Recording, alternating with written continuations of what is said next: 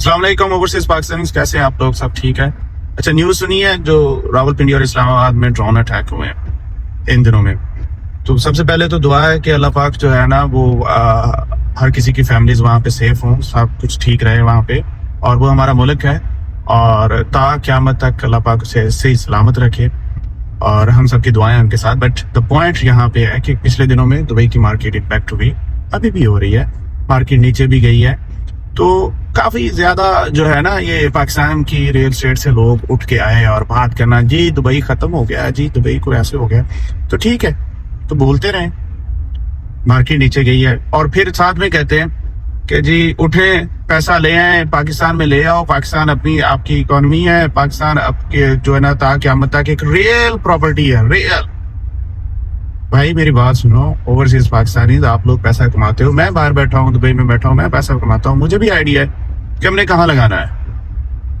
और अगर दुबई की सिचुएशन खराब हुई है यार, तो इसका ये मतलब नहीं है कि पाकिस्तान बेहतर हो गया है या पाकिस्तान की मार्केट, वहां के रियल एस्टेट एजेंट्स बेहतर हो गए हैं, या वहां पे जो पाकिस्तान में अभी तक जो ये सब लोग बोलते हैं कि 80% तक वहां पे जो है वो एजेंट्स हैं, फ्रॉडिये बैठे हुए हैं, डेवलपर फ्रॉडिये बैठे हुए हैं, ये वीडियोस अपनी में बोलते हैं। इस्लामाबाद के अंदर गरीब लोगों की जमा पूंजी लुट चुकी है। फ्रॉड की किस्में, हर हाउसिंग सोसाइटी आप ये समझो कि रोजाना के हिसाब से जो है वो अपने मेंबरान को जलील कर रही है, नए नए ब्लॉक, नए नए फ्रॉड, नई नई चीजें। किसी सूरत में वो लोगों को ना प्लॉट देने के लिए तैयार है, ना पैसे रिफंड करने के लिए तैयार है। जिन लोगों को हमने चीजें लेके दी हुई हैं वो बेचारे रो रहे हैं। रोजाना के हिसाब से मैसेज आते हैं कि जी आपकी वीडियो देख के आपने कहा था फलां हाउसिंग सोसाइटी अच्छी है, भाई हमें उस वक्त उस हाउसिंग सोसाइटी के मालिक ने बताया था मैं ये करूंगा, अब वो बंदा फ्रॉड कर गया, हम मुफ्त के दरमियान में बदनाम है। तो आप यकीन करें इस वक्त 40 से 50 लाख लोगों को साथ नुकसान हुआ है। सोशल मीडिया आने के बाद जो बूम आया है ना, इसमें आप ये समझे कि 80%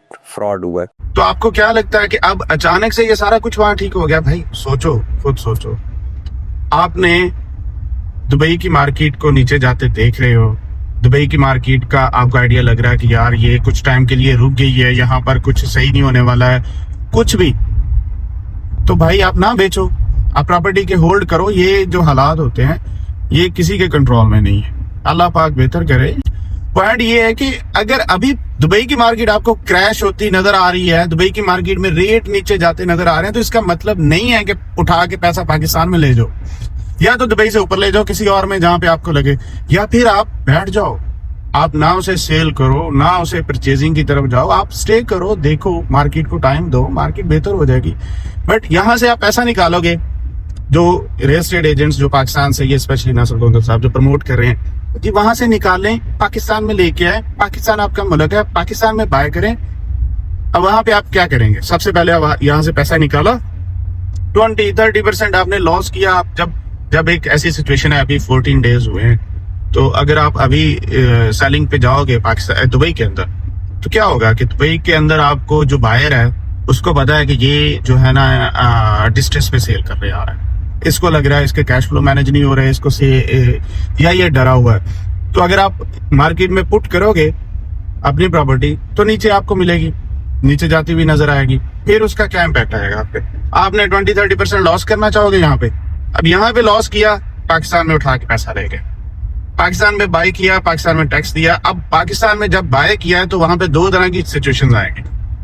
सबसे पहले तो जो वो कहते हैं 60-80 वाले कि हमारे पास फ्रॉडी हैं। जो हाउसिंग सोसाइटियों के फ्रॉड जिन्होंने किए हुए हैं, इनके फ्रॉड पता है क्या होते हैं? 50 अरब, 100 अरब, 500 अरब, 1000 अरब। डीलर को बाद में ब्लेम करते हो, वहां आपका भी हक बनता है। सारी चीजें डीलर के ऊपर ना छोड़ दिया करें, चले जी डीलर सब गलत हो गया, जी फ्रॉडी हो गया। तो अगर तो आप किसी ऐसे बंदे के हाथ लग गए, फिर तो आप गए, फिर आप मतलब आपका अल्लाह ही वारिस है, फिर 100% ही आपकी चीज गई।